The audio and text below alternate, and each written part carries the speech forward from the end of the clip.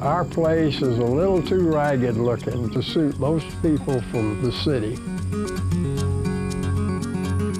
The more rugged this place looks within reason, the better I like it.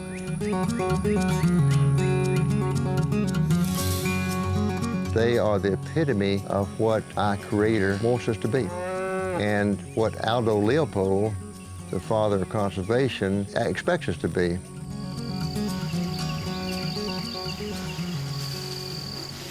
It's funny how things change over time, how your plant diversity changes with probably the management of your place.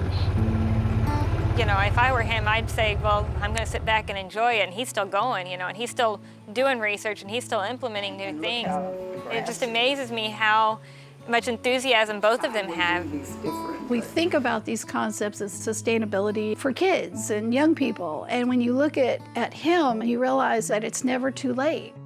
He admits to you that they did it wrong for so many years. The first thing I planted up here was coastal Bermuda grass. We thought it was a wonder grass. Turned out it really wasn't. Those seeds might be viable. You know, it was a prevalent idea at the time, so they planted all the Bermuda grass that they could, and you know, he was doing this research and realizing before everyone else, these native grasses are actually the way to go. If you have some native grass and then some other pasture grasses, forbs, legumes, you've got an insurance policy that will benefit you in these drought years that we've had. When you go into the native prairies where the native grasses are, that's when you get this beautiful idea of what it's supposed to look like. And when you reach down and you see that the temperature is 20 degrees cooler underneath there and that it's still moist when the whole rest of the ground is cracking, you go, oh, duh, now I get it. This grass is growing from seed that we gathered growing wild along the shoulder of State Highway. We've got a little nursery down in open place in one of these riparian easements. Most of the grass you see right in here is eastern gamma grass. There was one stock tank on the place when I acquired it, and now we've got 5 stock tanks. I just hated to see it run off. We've got one in particular that stays almost full most of the time.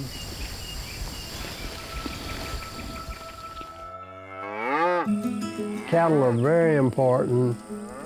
Cattle take 20% of what they graze away from the land and leave 80%. That's a pretty good trade-off. Wilda and Bert both understand that they're not raising cattle, they're growing grass. And cattle are just one of the tools used to manage that grass. I can remember the first cross fence we had on this place where we had 2 pastures instead of 1. Well, you don't do much rotation with 2 pastures, but it was an improvement over the way we were grazing. And my mom is awesome. She is that quiet sort of force and energy behind a lot of what goes on up here, helping us all to see, you know, the rainbow. She's been a great help to me in what we've done up here, and is still very enthusiastic about what we're trying to do in the future.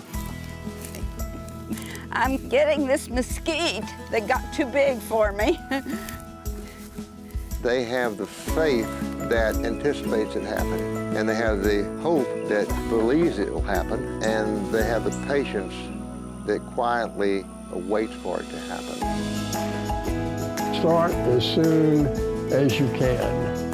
And someday, people are going to look across the fence and they're going to realize what you're doing and how that would benefit the whole county if everybody did it.